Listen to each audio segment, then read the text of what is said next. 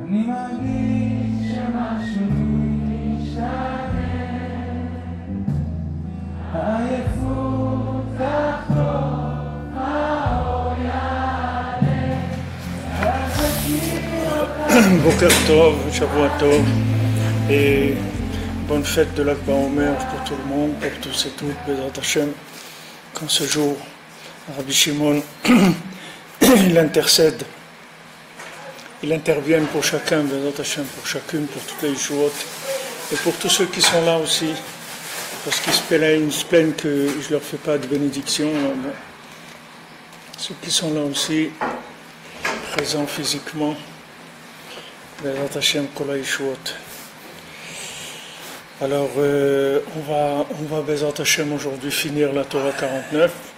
Ça fait, je sais pas, 17-18 mois qu'on est dedans, donc c'est un événement. S'il y a un problème de son, vous me tenez au courant, vous me faites signe, d'accord? Ceux qui sont sur Facebook, parce que je ne peux pas vérifier. Alors, quand Rabbeinu l'a dit cette Torah-là, Ba'et she'amar zot Torah, au moment où le Rebbe il a dit cette Torah 49, Shamarti az mipiv hakadosh idyan ze bebiur yoter. J'ai entendu ce sujet-là de façon plus explicite.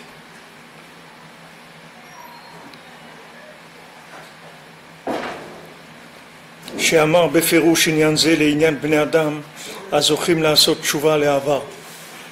Que Rabbeinu il a expliqué ce sujet-là, c'est-à-dire ce qu'on vient de voir avant, que tzarich itgabrut gadol larutz ho'achazeh, c'est-à-dire qu'il faut courir long, il faut faire beaucoup d'efforts pour courir, le rattraper comme on dit le temps perdu, c'est-à-dire avancer. Ve'amar she'afal pi shezochim letaken ma she'aba, même si quelqu'un il a le mérite de réparer ce qui est passé déjà. Même si quelqu'un il a réparé, mais maintenant, où est la rentabilité du temps où il était loin? À part maintenant le débit. Ok, on a réparé le débit, on a mis les comptes à zéro. Mais où sont les bénéfices qu'on pouvait faire pendant cette période-là? Qu'on pouvait servir Hachem pendant ce temps-là. Et c'est sûr que ça aussi il faut qu'on s'en occupe. C'est-à-dire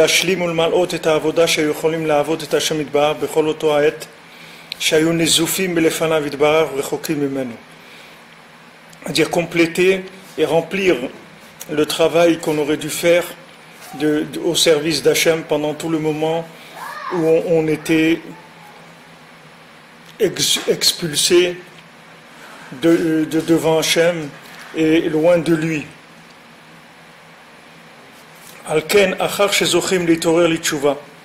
C'est pour ça que quand quelqu'un il arrive à s'éveiller dans la tchouva,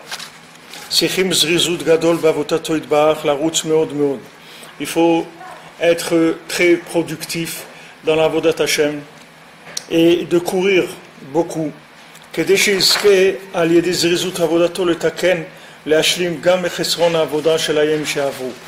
Pour qu'il puisse compléter le manque qu'il y avait dans sa avoda, même dans son service d'Hachem, même pour les jours qui sont passés.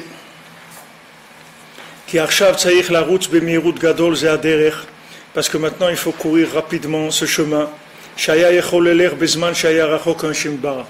Ce chemin dans lequel il devait aller pendant qu'il était loin d'Hachem.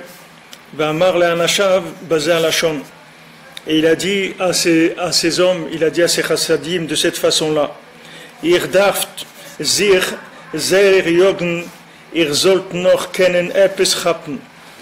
dit, il faut vraiment vous dépêcher si vous voulez encore attraper un petit peu de votre passé, c'est-à-dire réparer un petit peu de votre passé.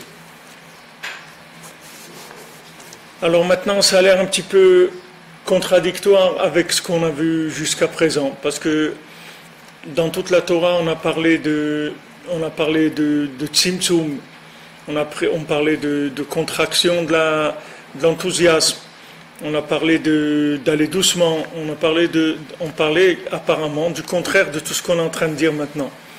Maintenant le Rebbe est fini, il jette un pavé dans la mare, et il dit voilà, maintenant c'est très mignon, tu es très mignon, tu as fait tchouva, c'est magnifique, mais où sont les bénéfices de la période où tu étais loin d'Hachem? Ok, tu as réparé, maintenant où est la rentabilité? Où est la productivité de ce temps-là? Ça va manquer, c'est-à-dire ça aussi il faut le réparer.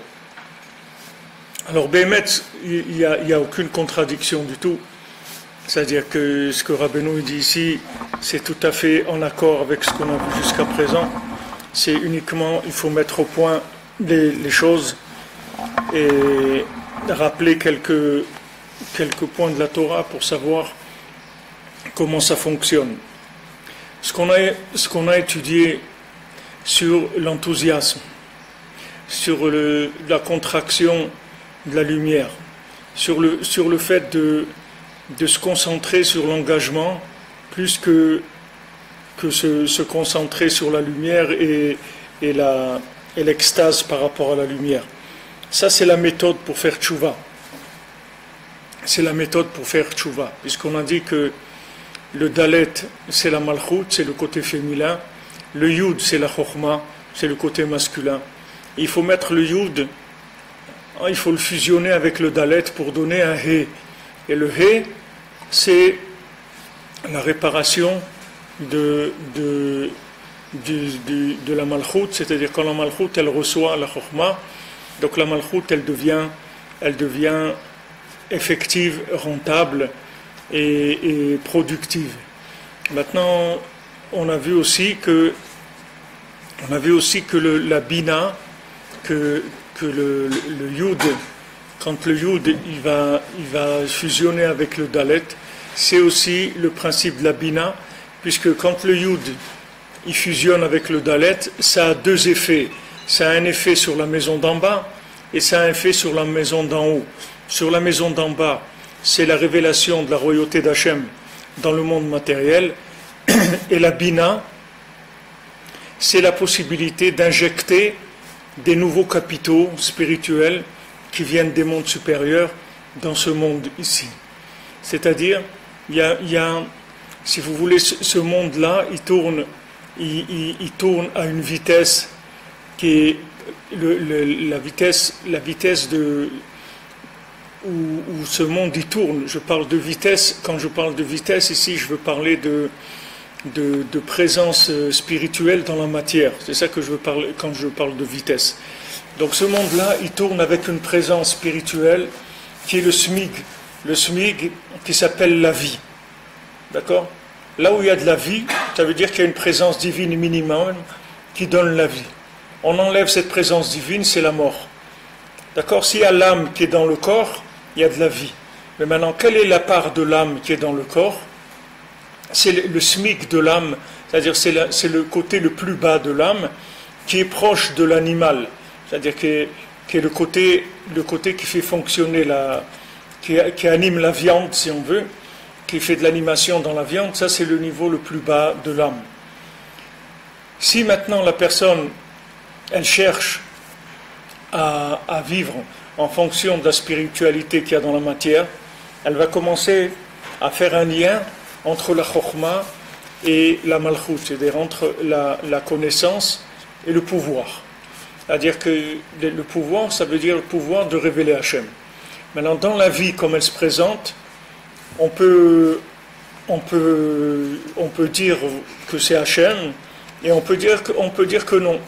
On peut dire qu'il y a des lois naturelles qui font que le monde, qu'il y a les 4 saisons, que les gens ils se reproduisent, qu'il y a de la nourriture, qu'il y a tout ce qu'il y a dans le monde. Il y a des lois naturelles, 1 + 1 = 2, voilà, ça c'est le fonctionnement. Alors ça c'est la vie. Cette vie-là, elle peut être vécue d'une façon pauvre, qui s'appelle dal, c'est-à-dire le dalet qui n'a pas de chokhma, c'est-à-dire c'est dal, c'est-à-dire que la personne elle a pris note du fonctionnement du monde, et donc elle va vivre par rapport à ce fonctionnement-là, c'est-à-dire qu'elle va s'adapter à ce fonctionnement, et elle va profiter du monde. C'est ce qui fait Esav, c'est ce qui fait l'Occident. Il profite de ce qu'il y a dans le monde, de la vie. Profiter de la vie, s'amuser, avoir du plaisir, avoir des bonnes choses, etc. Okay. Ça, c'est une façon d'exploiter le monde, c'est-à-dire de maintenir le monde dans sa médiocrité, dans sa pauvreté. Hachem, il a fait ça pour nous donner le libre arbitre. Mais le libre arbitre, il peut être utilisé pour se contenter des lois naturelles. Bien sûr, Hachem, il ne va pas laisser les choses se faire. Il va faire de temps en temps des petits tremblements de terre dans la vie des gens. C'est-à-dire, il va faire bouger un peu les choses pour déstabiliser les gens. Mais même quand la personne sera déstabilisée, elle a le choix aussi de se raccrocher aux valeurs des lois naturelles ou bien non. Ça, c'est le minimum. Maintenant, si quelqu'un il commence un petit peu à être mitbonen, c'est-à-dire qu'il utilise la bina, qui dit, là, il y a quelque chose que je ne comprends pas dans ce monde-là. Voilà, quelqu'un est né, ok. Alors, maintenant, expliquez-moi à quoi sert la vie. Alors, il demande à ses parents, il demande à des professeurs, il demande à des amis, il essaye de te renseigner à quoi sert la vie. Ben, on lui dit, c'est ça la vie. Qu'est-ce que ça veut dire c'est ça? Ben voilà, tu vas aller à l'école et après tu vas apprendre un métier, puis après tu vas gagner beaucoup d'argent et tu vas te marier, qu'aujourd'hui se marier c'est plus tellement quelque chose qui est à la mode. Alors, et voilà, tu vas vivre, comme on dit, tu vas t'éclater dans ce monde, tu vas gagner beaucoup d'argent et après, voilà, tu vas avoir une belle vie. Et après, tu vas prendre ta retraite. Et quand tu vas prendre ta retraite, tu pourras te payer le tour du monde. Tu vas visiter le Japon, la Chine, les îles Baléares, Ibiza, Nifla. Et la Corse, ouais. La Corse, bien sûr. Le Larzac. Ok. Et après, quoi après? Après, tu vas rentrer dans un trou et on va te couvrir et voilà, et c'est terminé. Ah bon, tout ça, c'est pour ça. Mais il y a un truc qui marche pas bien, là. Il y a quelque chose que je comprends pas. Ça veut dire que cette vie-là, c'est une séquence de quelques dizaines d'années.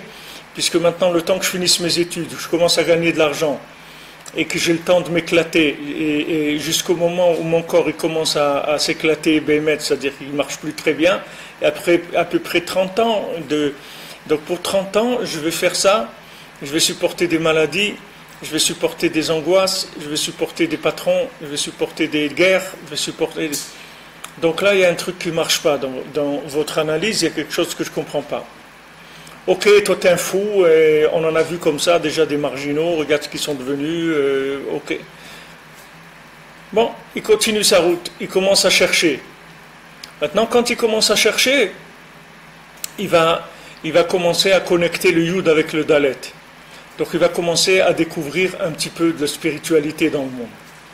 Cette spiritualité, elle peut l'amener vers Hachem, ou elle peut l'amener d'abord vers des systèmes plus raffinés dans la consommation, qui est tout le système de l'art, tout le monde de l'art, de la littérature, de la peinture, de la musique, de la sculpture, de tout ce que vous voulez.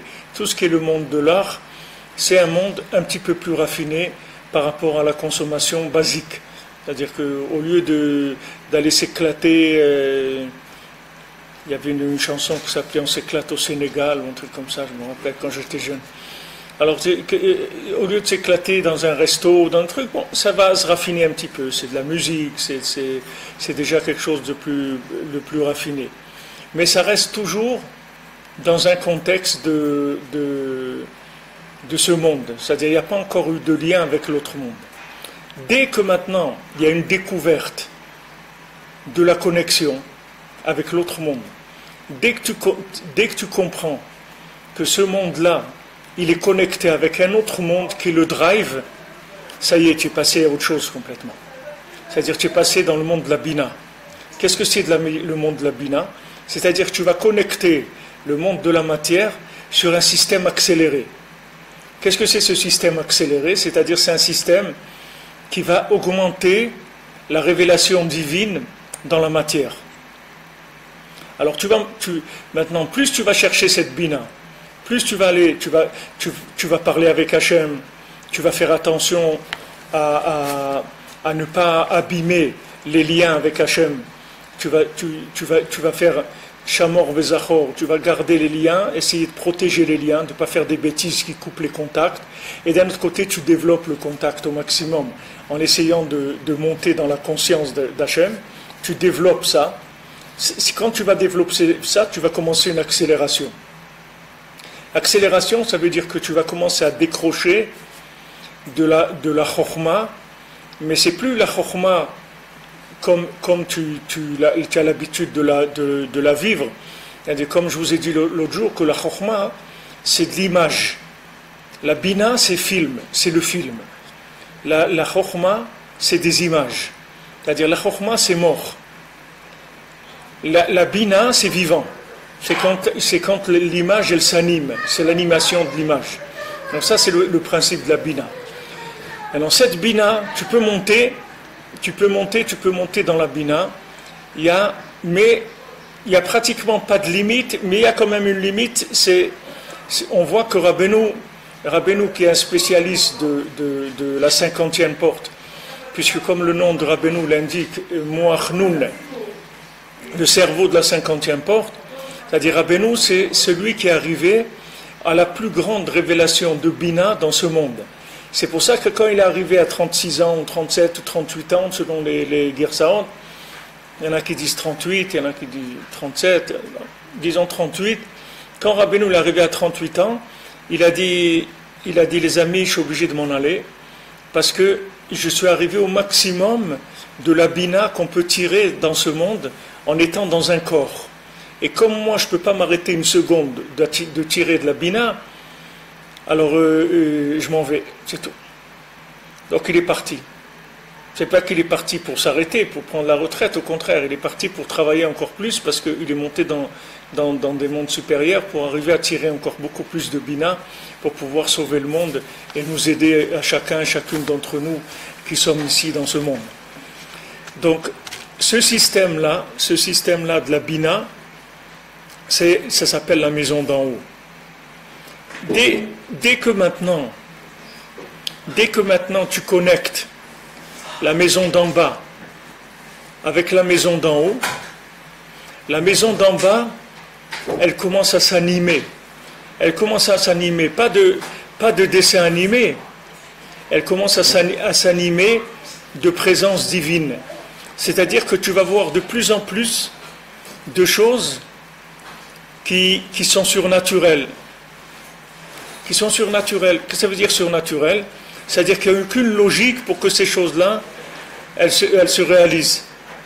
Tu vas rencontrer quelqu'un, tu penses à quelqu'un, il va te téléphoner, ou tu penses à un ami, tu reçois une lettre, il y a des choses que tu vas voir, tiens, il y a des connexions.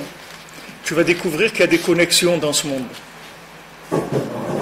Donc, dès que tu découvres qu'il y a des connexions, l'image qui s'appelait la Chokhma, qui était une image morte et figée, elle commence à bouger. Tu vois? Elle va commencer à être 30 frames secondes, 30 images secondes. C'est-à-dire, tu vas voir que l'image, il va y avoir une autre image, et ça va faire un mouvement. Donc ce mouvement-là, c'est le mouvement que la Bina, elle donne à la matière dans ce monde. C'est-à-dire que plus tu augmentes la Bina, c'est-à-dire plus tu augmentes la bande passante de connexion avec Hachem, plus l'alimentation d'infini rentre dans ce monde. C'est-à-dire tu te fais alimenter plus.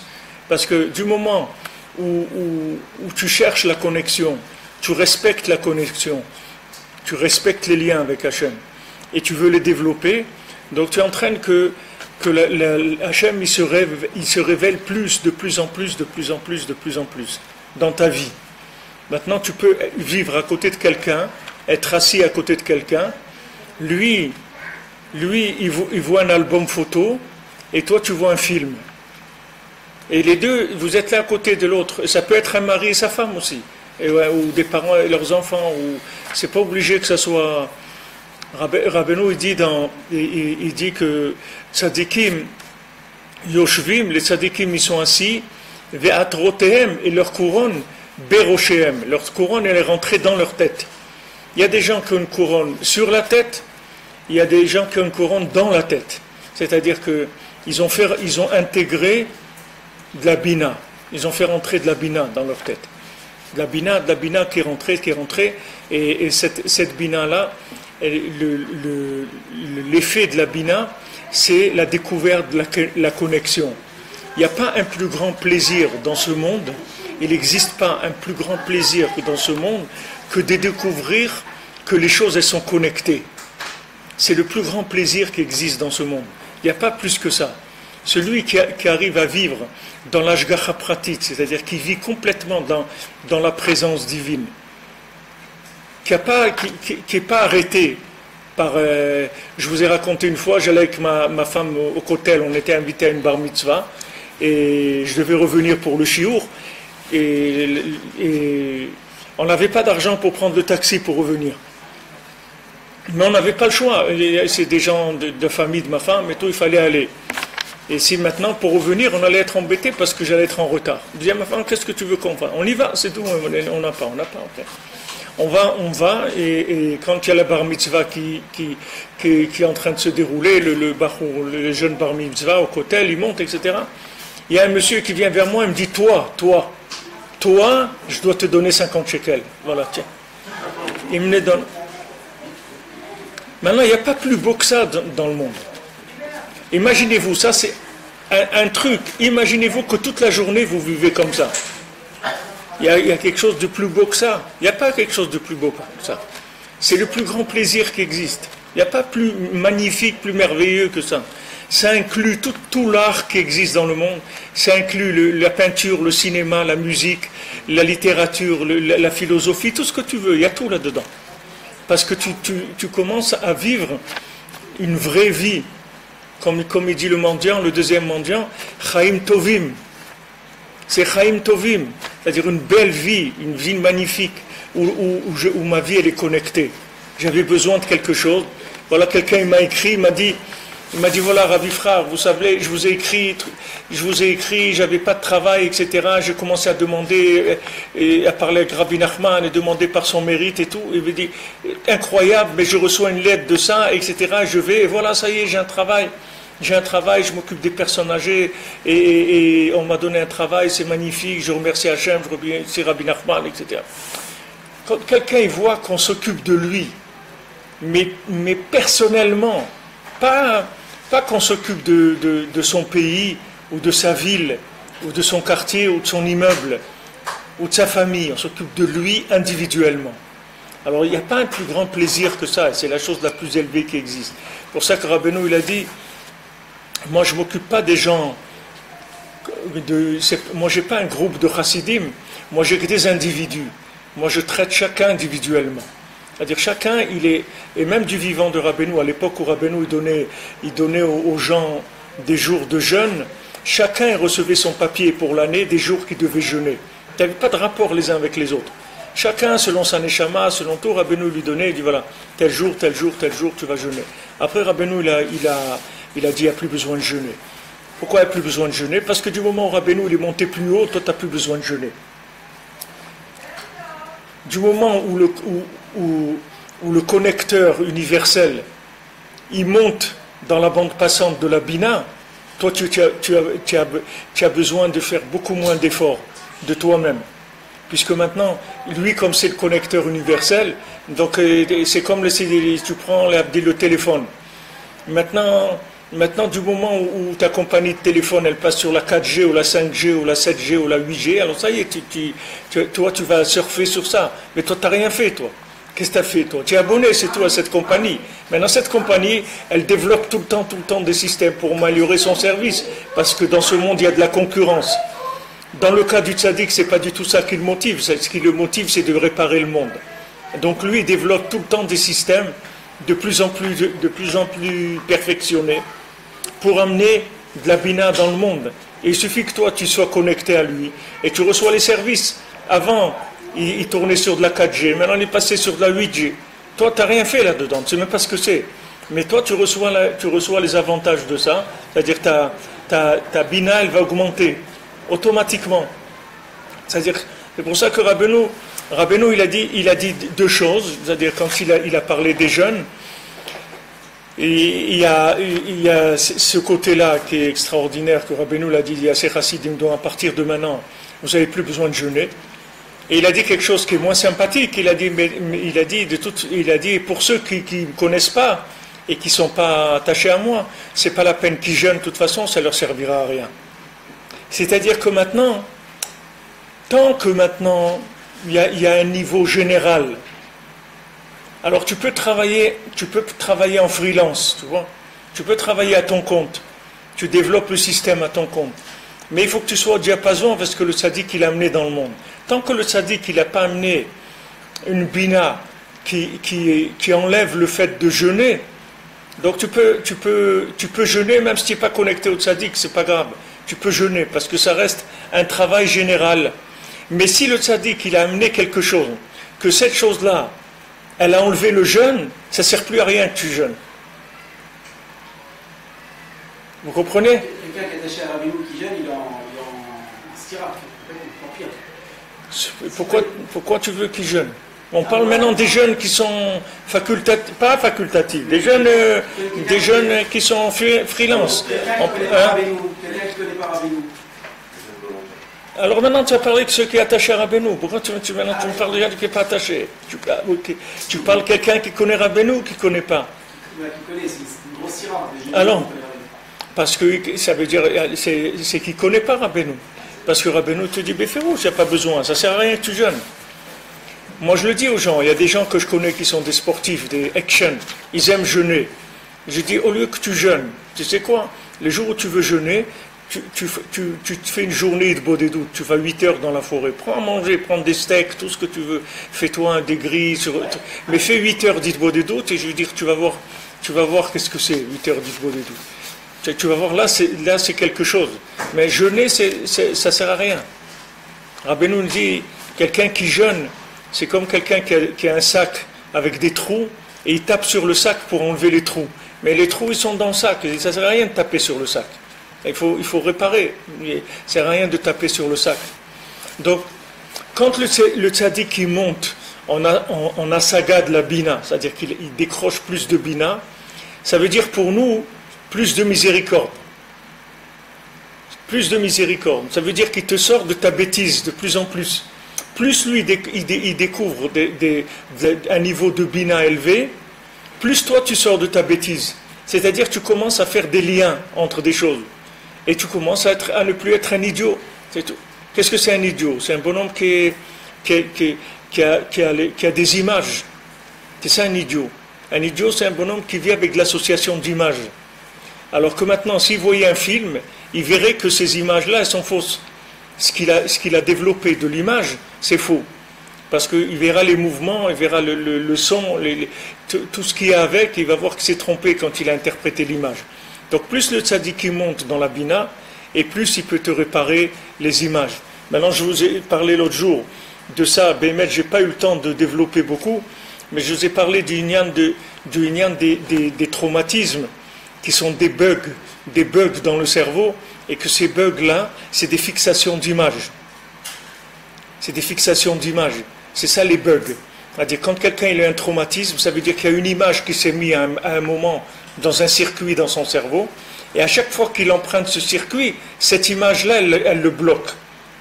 C'est le principe des traumatismes. Maintenant, ils essayent de réparer ces traumatismes avec toutes sortes de méthodes. La méthode, je vous ai dit, la méthode, c'est vous réparer les traumatismes. Eux, maintenant, ils sont arrivés avec les médecines chinoises, tout ça, de dire, de parler de la chose. Ils te disent, allez, parle de cette chose-là. Parle de cette chose-là et tu vas voir que ça va aller mieux. Alors ils te font parler de la chose. Quand ils te font parler de la chose, qu'est-ce qu'ils font? Ils mettent l'image en mouvement, dans un contexte. Du moment où l'image se met en mouvement, le bug, il est parti. C'est-à-dire il y a une ouverture qui se fait, on peut circuler. Mais nous, Rabbeinu nous a appris cette méthode de façon parfaite. Rabbeinu, il dit, parle avec Hachem de cette chose-là. Parle de celui qui t'a mis, c'est-à-dire va à la racine de la chose. Qui est-ce qui a fait que tu as vu une scène comme ça? Il y a des gens qui ont vu des scènes dans leur vie, tac, ça fait un blocage dans le cerveau. Après, à chaque fois, ça bloque, ils n'arrivent pas. Rabbeinu dit, qui est-ce qui t'a fait voir cette chose-là? Pourquoi tu t'es trouvé là à ce moment-là? Tu t'es trouvé là pour quelque chose? Il y a une raison, Hachem a une raison, parle avec lui. Parle avec lui. Du moment où tu as la émouna et tu vas parler avec lui de ce bug-là, le bug il va partir automatiquement. C'est-à-dire que cette image, elle va rentrer dans un film.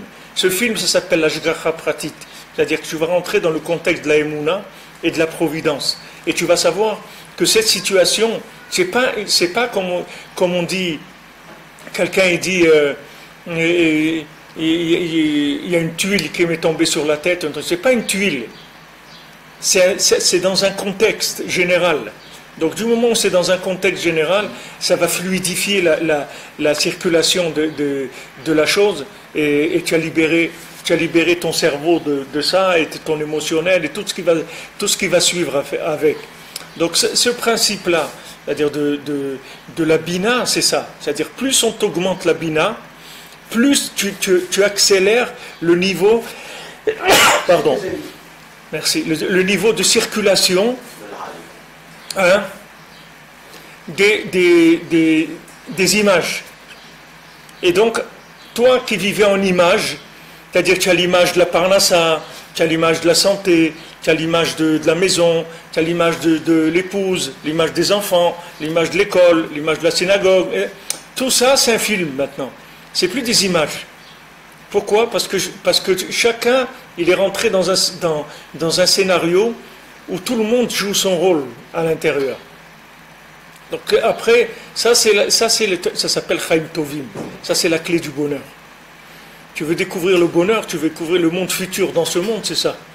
Je comprends pas. Il faut parler de ce qui nous bloque, de ces images-là. Il faut juste parler à Hachem de ça, et ça fait tout animer dans un contexte général, d'une manière générale, où tout reprend sa place. Ouais.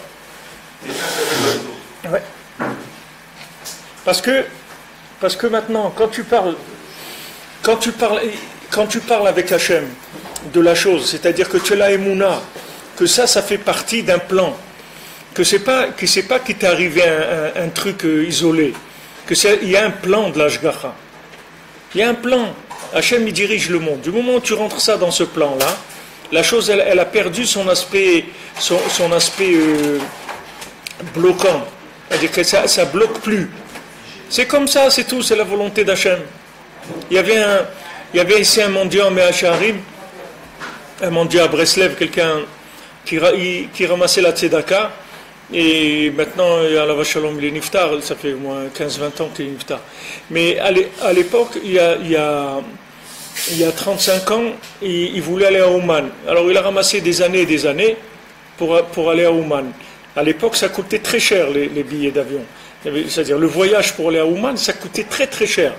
Pour vous donner un exemple, quand nous on a été la première fois en 1979, ça coûtait 15 000 francs pour aller à Ouman.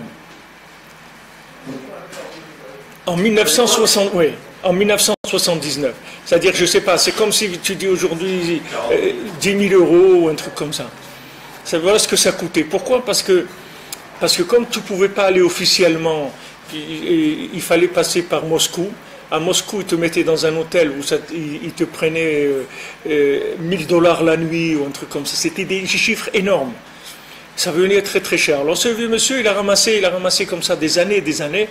Il a fait le voyage, Moscou, les trucs et tout. Il est arrivé à Kiev, il n'avait plus d'argent pour prendre le taxi pour aller au Man. Il est revenu. Et encore, il a ramassé pendant 1 an, 2 ans. Et après, il est retourné et ça a marché. Mais c'est pourquoi maintenant quelqu'un il peut faire ça? Parce qu'il ne bloque pas sur l'image. Ce truc-là, il le rentre dans le film. C'est comme tu vois un film. Tant que le film il n'est pas terminé, il n'est pas terminé, donc il n'y a pas de problème. Tu ne vas pas te bloquer. Ouais, celui-là maintenant, regarde ce qu'il a fait. Il a fait un hold-up et ça a marché. Attends, il n'est pas fini le film. Il n'est pas fini le film. Tu ne peux pas savoir ce qu'il va y avoir. Donc ne bloque pas sur ça. Ne dis pas, ouais, ça marche, des gens ils ont fait des hold-up, ça marche. Attends un petit peu. Tu vas voir ce qui va se passer. Tu vois qu'après il se fait attraper des trucs, après il y a des histoires. Attends, du moment où tu le rentres dans un contexte général, tu ne peux pas te décourager ou tu ne peux pas être choqué, ou tu ne peux pas recevoir un choc émotionnel ni rien. Pourquoi? Parce que tu sais que ça rentre dans un plan. Alors qu'est-ce que tu fais? Tu continues, c'est tout. Ah, maintenant tu as été, il n'y avait pas d'argent pour le taxi, tu reviens, tu continues. Et voilà, la deuxième fois il a été. Et même si la deuxième fois il n'avait pas été, il aurait continué jusqu'à ce qu'il rentre dans sa tombe, c'est tout. Il va essayer, c'est pas un problème. Parce qu'il sait, il met ça dans un plan. Tandis que si maintenant tu fais une image, si ça ne marche pas, t'es cassé. T'es cassé. Pourquoi c'est cassé? Parce qu'il y a un diplôme, il y a un plan là. Réussi ou échoué. Mais il n'y a pas réussi ou échoué. Ça n'existe pas chez Hachem réussir ou échouer. Il y a des gens qui ont réussi et c'est de l'échec. Et il y a des gens qui ont échoué et c'est de la réussite. Tu ne peux pas savoir. Tu ne peux pas savoir. Moi, mes parents, quand j'avais 16 ans, on devait aller habiter en Espagne, à Madrid. Ils nous avaient inscrits à l'école, tout. On avait l'appartement, tout. Et à l'époque, pour sortir l'argent du Maroc, c'était interdit. Il y avait un passeur. Et ce passeur, il s'est fait attraper. Mes parents, ils ont perdu tout leur argent en 24 heures. Ils n'avaient plus rien. Et la seule chose qui leur restait, c'est de monter en Israël parce que c'était gratuit. Donc, ils m'ont dit, mon fils, voilà, c'est fini. Moi, j'ai dit, moi, je ne veux pas monter en Israël maintenant, etc. J'avais juste même pas 17 ans. Moi, j'étais à Toulouse. Mes parents, ils sont venus en Israël. Mais je veux dire, elle a tourné la vie en une seconde. Mon père, il était très choqué de ça. Ma mère, rien du tout. Rien, vraiment rien. Ça lui a rien fait, ma mère. Au contraire, elle était heureuse, elle me dit, regarde qu'est-ce qu'il nous a fait Hachem, regarde où nous a amenés. Et nous, comme des idiots, on allait aller à Madrid, s'enterrer dans un endroit où il n'y avait même pas de juifs, même pas de viande cachère à l'époque, il n'y avait rien. C'était une catastrophe. Mais tu vois qu'Hachem, il te switch comme ça. C'est vrai, ils ont perdu tout leur argent, ils sont devenus des gens. Mon père, il avait 55 ans, il commençait à travailler dans une usine de ferraille, des trucs, et m'a fait... Mais... leur vie, elle a changé, tout, après ça a donné des choses extraordinaires. Mais ça, si tu n'as pas la émouna, si tu ne danses pas, alors si tu restes sur un pied, tu ne peux pas danser. Et il faut les deux pieds. Alors des fois c'est le tango, des fois c'est le twist, des fois c'est le trick, le rap, des fois... Tu suis le rythme, c'est tout. Mais tu le rentres toujours dans un contexte, donc tu ne bloques pas. Mais le gars qui avait un plan dans sa tête, et que ce plan, il était une image, c'est ça que je veux. Ok, tu as le droit de vouloir. Mais tout ton vouloir, c'est uniquement des désirs que tu peux avoir, des rêves. Mais il y a quelqu'un qui fixe d'en haut.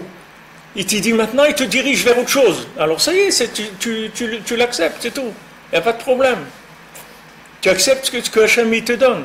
Quand tu acceptes que Rabbi nous dit, celui qui a la émouna, sa vie c'est de la vie. Celui qui n'a pas la foi dans Hachem, sa vie c'est pas de la vie. Parce qu'à chaque fois qu'il lui arrive une tuile, il bloque. Il dit, ah là là, ça y est, truc. Mais qu'est-ce qui est ça y est? Ça y est, rien du tout. Il n'y a rien qui est ça y est. Ça n'était rien du tout. Au contraire, tout est nifla. Il n'y a rien qui est pas bien. Ça n'existe pas. Tout rentre dans un plan. Du moment où tu sais ça, ça y est, tu as fluidifié les canaux. Alors ça y est, tu es heureux. Il n'y a plus de bahaya. Tu comprends? C'est le youch. Hein? C'est le youch. C'est quoi le youch? C'est un traumatisme, c'est une image figée, c'est hors cadre. Le youch, c'est... Il y a pas de youch, c'est-à-dire dégage l'image, parce que l'image n'existe pas. Ouais. Quand on est dans un film, c'est ce que vous dites. Rabbeinu te dit, ça n'existe pas le youch, parce que les images, ça n'existe pas. Le monde, c'est un film, et c'est un grand film, c'est un long métrage.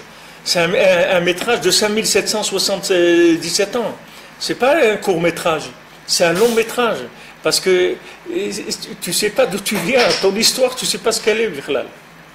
Une fois, le Baal Shem Tov, je ne sais pas si c'est le Baal Shem Tov ou un élève, il a fait Netilat Yadayim dans un endroit, et il a entendu là-bas une grenouille qui a dit Amen.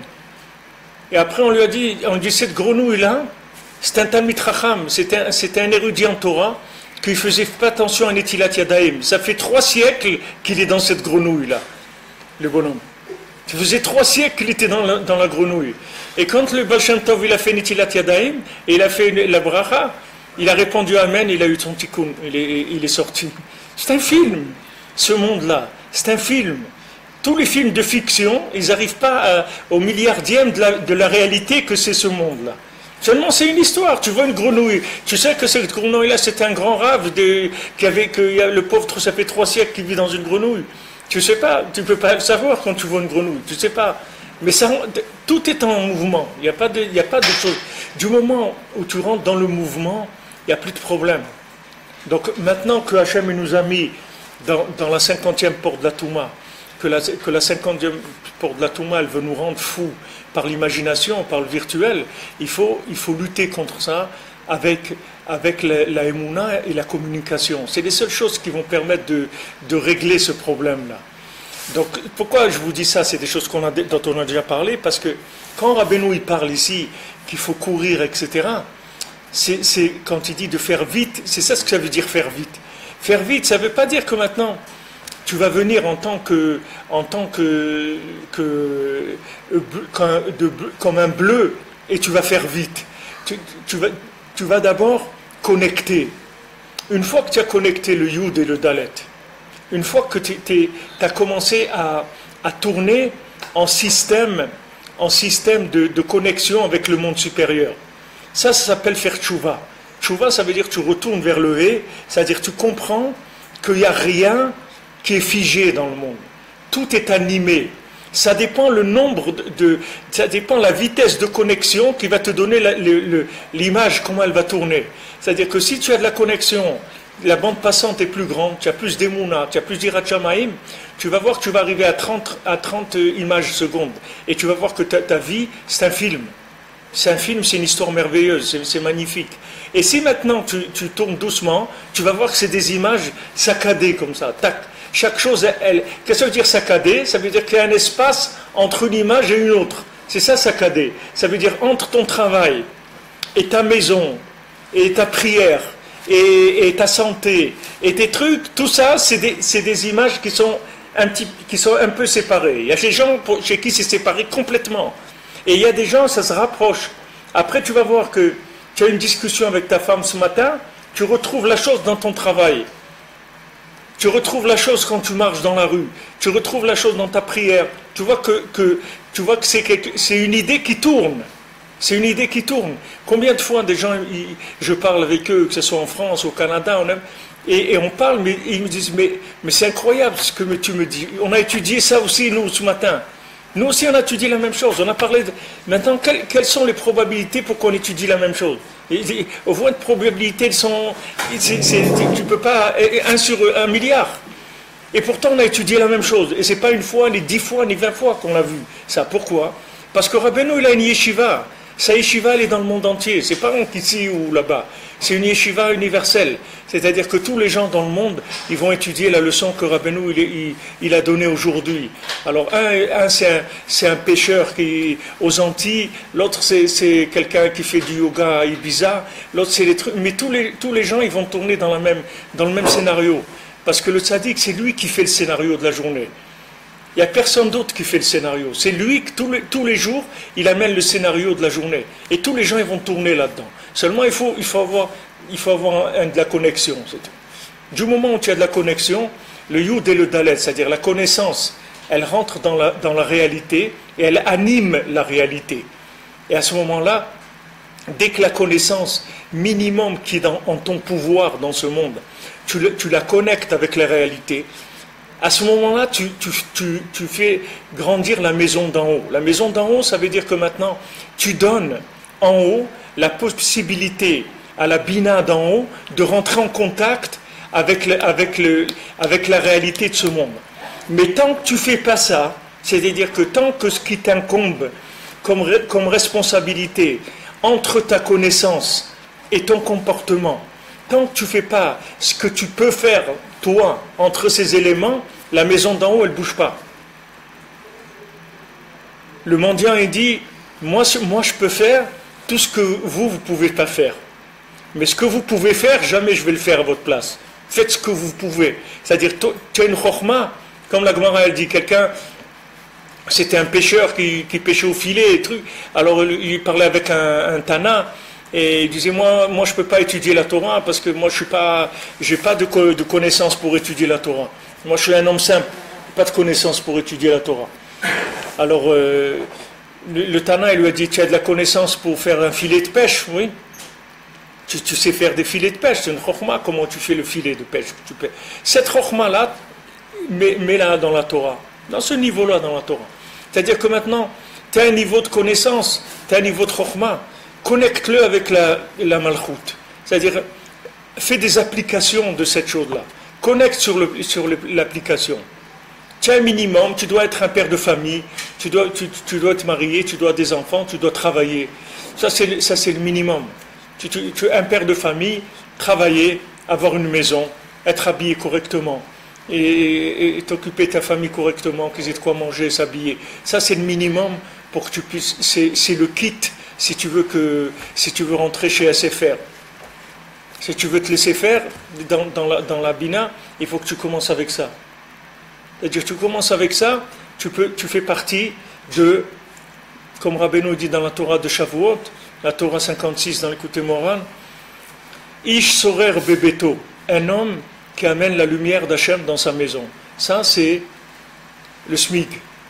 Quand tu fais ça, au niveau qui t'incombe, c'est-à-dire dans ta responsabilité à toi, dès que tu fais ça, la maison d'en haut, elle débloque des crédits de Bina, en proportion de ce que tu as fait. Maintenant, si toi, tu as été au maximum de ce que tu pouvais faire, donc tu vas commencer à recevoir de la Bina. La Bina, ce qu'elle va faire, c'est qu'elle va commencer à animer, à connecter des éléments de ta vie. Il ne va plus y avoir une épouse, des enfants, un travail, du manger, des vacances, la synagogue, la prière. Tout ça, tu vas voir que c'est une seule chose. C'est-à-dire, c'est un film. C'est un film. Tout ça, ça bouge en même temps. Et quand ce que tu vas entendre d'une parole, tu vas la voir après. Tu vas voir quelque chose, tu vas l'entendre parler après. Tout est lié. Tu vas voir que tout est lié. Il n'y a rien qui est figé. C'est pour ça que Rabbeinu te dit ici que quand tu as fait tchouva, c'est-à-dire que maintenant tu t'es connecté, c'est ça faire tchouva, c'est-à-dire que tu as pris conscience qu'il y a un autre monde et tu cherches la connexion avec l'autre monde. Et ça se fait principalement, comme on l'a vu ici, c'est par la communication avec Hachem, c'est-à-dire la communication en parlant avec Hachem. Comme on a dit Torah Lamed Dalet 34, parler avec Hachem, parler avec son chaver et parler avec le tzaddik. Comme on dit un chaver, qu'est-ce que c'est un chaver? C'est le mot chaver en hébreu, c'est chibour, c'est connexion. Le Shulchan Aruch, c'est la même chose. Rabbeinu, il a dit, Bodedut Shulchan Aruch. Comment on appelle celui du Shulchan Aruch, Rabbi Yosef Karo, le Mechaber. Pourquoi le Mechaber? Celui qui fait la connexion. Puisqu'il te donne les éléments. Voilà, sache que si tu fais ça, tu es hors connexion. Il y a des endroits où il n'y a pas d'antenne. Donc là-bas, ce n'est pas la peine d'allumer ton portable, il ne te servira à rien. Donc ne va pas là-bas si tu veux téléphoner. Si tu veux rester joignable, ne va pas là-bas. Donc lui, le Rabbi Yosef Karo, il t'a donné les zones qui sont couvertes par le réseau. Donc tant que tu es dans la halakha, tu es dans la volonté d'Hachem, c'est-à-dire si tu n'es pas juif, tu fais les 7 mitzvot ben et noach, si tu es juif, tu fais les 613 mitzvot, à ton niveau, tu n'as pas besoin de faire des trucs qui sont extravagants, pas chaud, simple, ce que tu peux, là où tu es, mais tu restes dans le réseau de connexion, d'exploitation. Donc tu es connecté. Ça veut dire qu'on peut intervenir dans ta vie, on peut t'envoyer des messages, on peut changer les lois naturelles. Si maintenant tu te bloques, on ne peut pas te changer les lois naturelles. On ne peut pas amener des éléments qui vont bousculer les lois naturelles, c'est-à-dire cause à effet, logique, etc. Donc Rabbeinu dit, première chose, tu fais tchouva, à ton niveau, connecte la connaissance en application. Prépare ton champ d'exploitation qui est minimum travail, mariage, enfants et des echeretz, c'est-à-dire fonctionnement normal dans le monde. Dès que tu as ça, tu as le kit déjà. Tu peux rentrer, tu peux demander la connexion, on t'ouvre la ligne, etc. Ça y est, la connexion commence. Et après, c'est toi qui décideras le jour où tu veux t'arrêter, c'est tout. D'en haut, on ne s'arrêtera jamais de t'envoyer, d'augmenter la bande passante. C'est à toi de décider. À un moment, tu veux te garer, tu dis c'est bon. Comme Rabbeinu l'a dit, quand on lui a dit quelle est la différence entre vous et tous les tzadikim, pourquoi vous parlez comme ça sur tous les tzadikim, etc. Même sur Rabbi Shimon, qu'aujourd'hui c'est la loi de Rabbi Shimon, quand Rabbeinu il a dit la Torah sur Rabbi Shimon, qui est la première, la Torah de moins, comme on dit, moins 1 du Likutei Moharan, c'est la Torah avant de commencer la Torah Aleph du Likutei Moharan. Rabbeinu il a dit cette Torah quand il allait à Ouman, en sachant qu'il allait là-bas pour mourir à Ouman.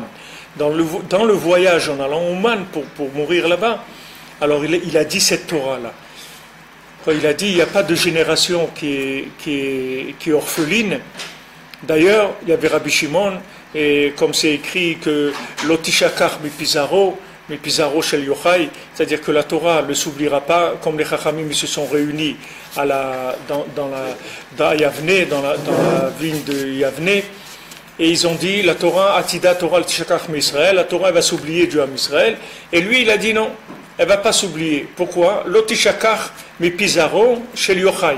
C'est-à-dire, elle ne s'oubliera pas du Zaro de Yochai, c'est-à-dire Rabbi Shimon. Et Rabbi Shimon, il a dit, avec le Zohar, on va sortir de la galoute. Quel est le secret du Zohar? Comme je vous ai dit, c'est pas le dollar, non, c'est le Zohar. Quel est le secret du Zohar? C'est qu'il a dit, écoutez, puisque maintenant on est arrivé à la fin de l'ère de la Torah des Tzimtzumim, c'est-à-dire de la contraction des éléments, mais pas connectés, qui étaient les éléments, les 24 000 élèves de Rabbi Akiva. Nous, on va démarrer par la connexion. C'est-à-dire, celui qui veut rentrer dans la yeshiva, il faut qu'il sache que c'est une yeshiva qui marche que sur l'amitié et l'amour, c'est tout. Sinon, celui qui ne peut pas, qui ne rentre pas ici. C'est-à-dire, celui qui ne peut pas danser avec les amis et trucs et tout, qui reste, c'est la condition d'adhésion à la yeshiva. Donc, quand cette Torah elle a commencé, c'est la Torah du Zohar, c'est les révélations de secrets de la Torah. Qu'est-ce que c'est les révélations des secrets de la Torah? C'est de la connexion pure. C'est de la connexion pure. Parce que quand on va te dire qu'est-ce qu'il y a derrière, tu vois quelque chose, tu ne sais pas ce que c'est. Tu vois Korach, tu ne sais pas qui c'est Korach. Le Zohar, il va te dire qui c'est Korach. Tu sais, Korach, c'est ça, c'est ça, c'est ça. Il voulait détruire le monde parce que lui, il venait du côté de la rigueur qui était avant la création du monde. Et lui, c'était un Lévi. Et il voulait que le Lévi domine le Kohen. C'est-à-dire qu'il voulait que la rigueur domine la miséricorde. Donc, il voulait détruire le monde. Mais quand il te met ça, il te connecte. Parce que ça te rentre dans ton cœur. Ça te rentre, parce que c'est tout ça, c'est imagé. C'est des histoires. C'est un film. Il te rentre dans le film de la chose. Quand tu vois Korach dans la Torah, dans le Chumash, c'est une image que tu vois. Lui, il te dit, c'est pas une image, Korach, je vais te le rentrer dans le film. Tu vas voir Korach, il est lié là-bas, là-bas, là-bas, ça y est, tu as le film de Korach. Quand tu vois le film de Korach, ça te rentre dans le cœur. Quand ça rentre dans le cœur, tu te connectes. Donc il a dit, il n'y a pas, les amis, le désespoir n'existe pas, c'est-à-dire, il n'y a pas d'histoire que la Torah, elle va s'oublier. Elle ne va pas s'oublier. Et voilà, le Zohar, elle ne s'oubliera pas avec le Zohar. Alors Rabbeinu, il a dit tout ça. Et après qu'il ait dit ça, et il dit Ve'achshav, onhaint, et maintenant, yesh nachal novea meko chokhma. Maintenant, il y a nachal novea meko chokhma, c'est-à-dire il y a un autre inyan, que moi j'ai commencé un autre inyan complètement, à un autre niveau, c'est-à-dire que maintenant, Rabbeinu, c'est plus les secrets de la Torah.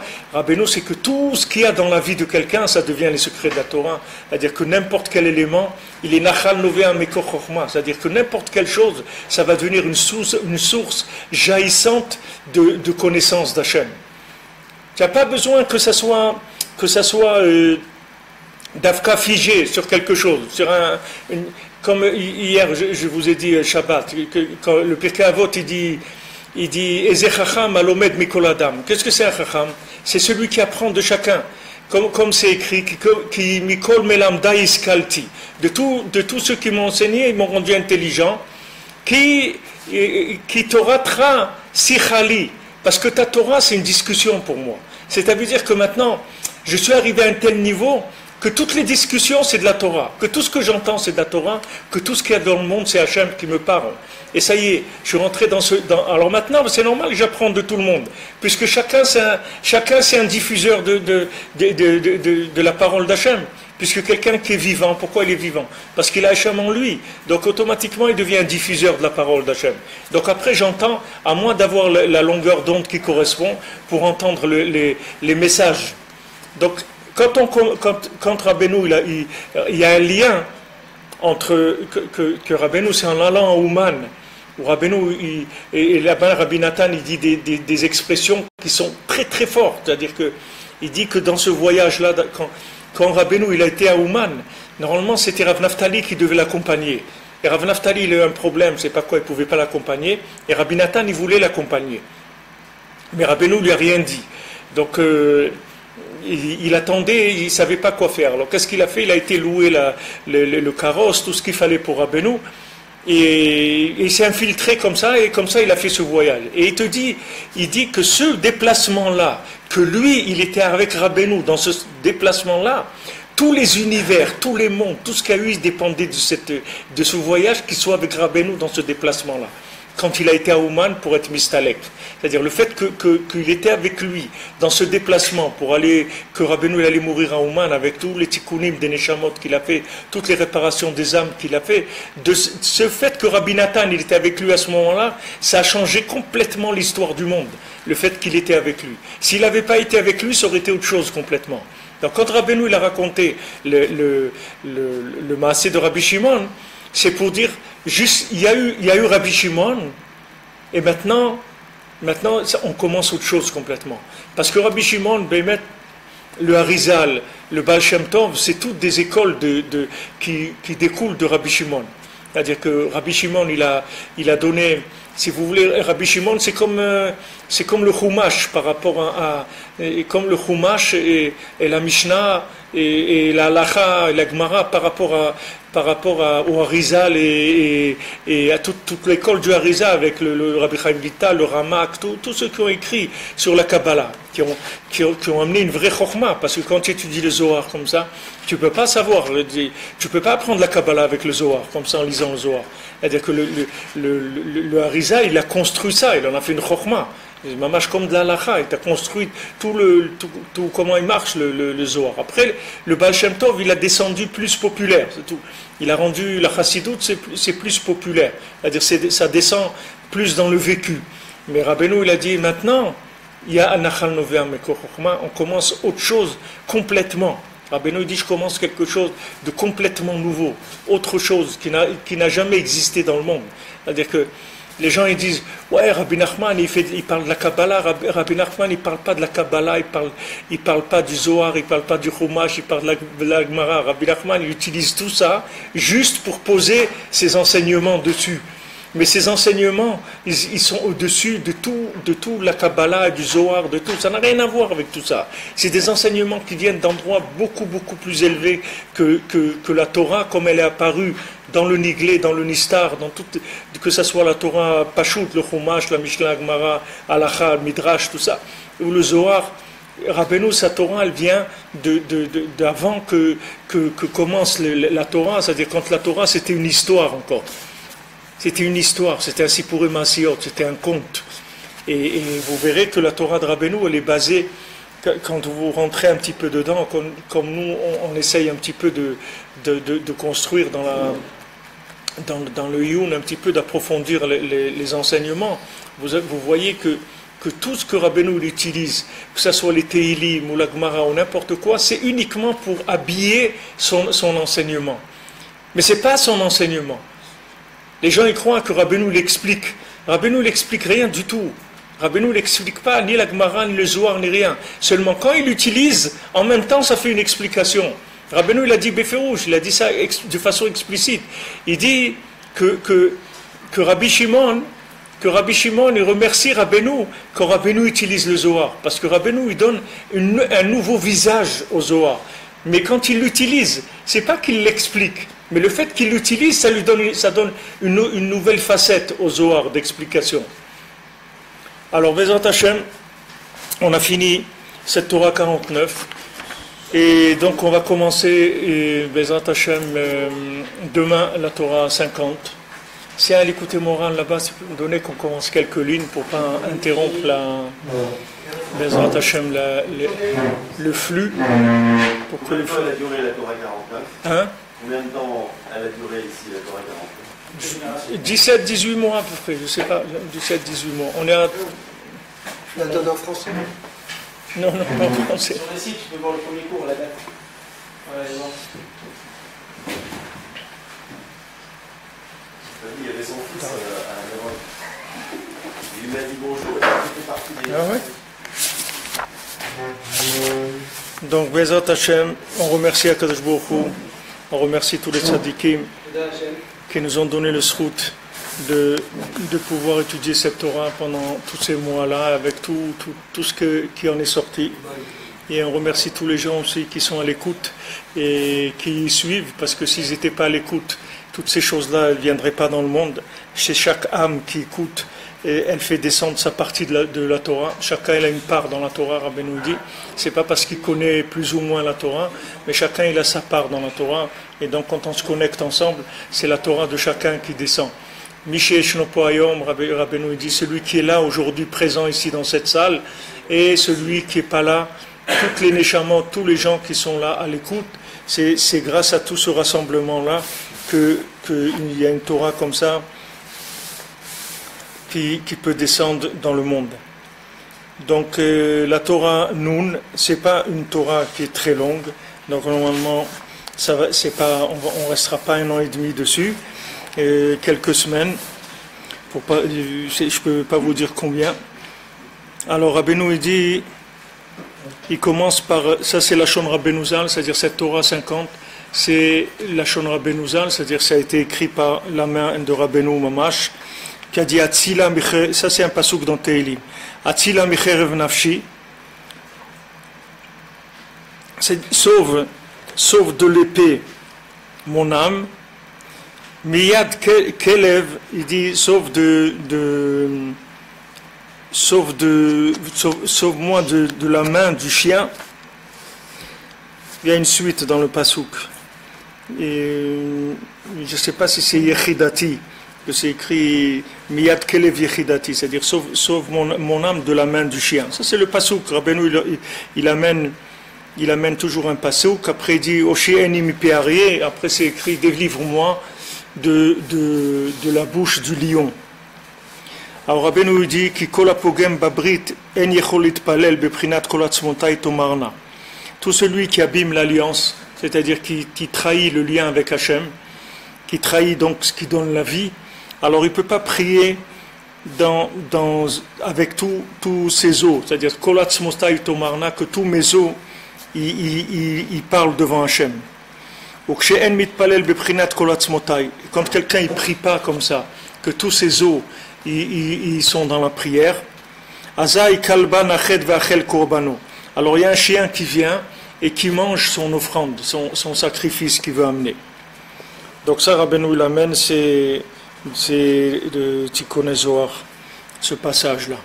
Haïnou, qu'est-ce que c'est Korbano? C'est Tfilato. C'est-à-dire que quand quelqu'un il n'a pas respecté l'alliance avec Hachem, alors ça entraîne que sa prière, elle ne peut pas venir du fond de lui-même, c'est-à-dire mamash de l'essence de lui-même, de ses os. Et donc quand la prière, elle ne vient pas de là, alors il y a un chien qui descend et qui mange son offrande, c'est-à-dire son sacrifice, c'est-à-dire sa prière.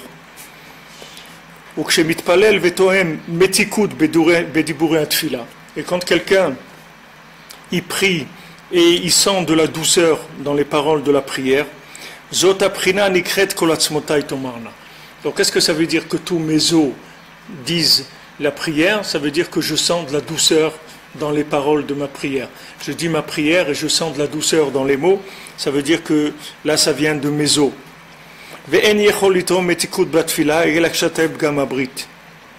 Et donc maintenant, pour pouvoir goûter la douceur dans la prière, il faut réparer l'alliance. C'est-à-dire que quand on répare l'alliance, à ce moment-là, on peut goûter à la prière, on peut avoir accès à la douceur de la prière. Donc voilà, c'était juste pour commencer la Torah. De toute façon, on le reprendra demain, Bezrat Hashem. Et on préparera aussi le fascicule pour que vous ayez aussi la traduction en français, que ceux qui veulent, ils auront le PDF avec la traduction de la Torah en français. Et bien sûr, tout ce qui va aller avec, c'est-à-dire écouter le halachot et le kitsur, et par parot la chokhma, et tout ce qu'on pourra faire de bien, Bezrat Hashem. Alors je vous souhaite une grande hatzlacha, Bezrat Hashem, une grande bracha. Et on n'est pas minyan, sinon on fait Kaddish pour la fin de la Torah, mais Bezrat Hashem, voilà, on continue, et c'est une grande itratchout. Et nous aussi, on a fini cette Torah 49 dans le jour de la Hilul de Rabbi Shimon Bar Yochai, et c'est sûr que là aussi, il y a des choses qui sont là et qui nous dépassent, mais on a de la Emouna avec ça, pour Hashem, comme vous voyez, comme ça, des centaines de milliers de gens, ils vont chez Rabbi Shimon Bar Yochai. Il n'y a aucune explication de rien du tout. C'est que de la Emouna, que de la connexion, c'est tout. Il n'y a aucune explication logique. Là, dans la nuit, on a mis 12 heures pour aller et revenir, pour rester 1 heure sur place. Ça nous a mis 6 heures, 5 heures et demie pour aller, 5 heures et demie pour revenir, pour rester 1 heure là-bas. Qu'est-ce qu'on fait en 1 heure? Il y a du monde partout. On fait un tikkun klali, un peu truc, et voilà, on est revenu. C'est que la Emouna, c'est avec ça que c'est que de la connexion. C'est la seule chose qui nous tient. Alors, Bezrat Hashem, Batzlacha, une bracha pour tout le monde, ceux qui sont là et ceux qui écoutent, et même ceux qui ne sont pas là et qui n'écoutent pas. Hashem, il envoie toutes les Yeshuot, Bezrat Hashem, tout l'adoucissement de toutes les rigueurs. Shavuot Tov, à bientôt, Bezrat Hashem. Je vais faire signe, cher.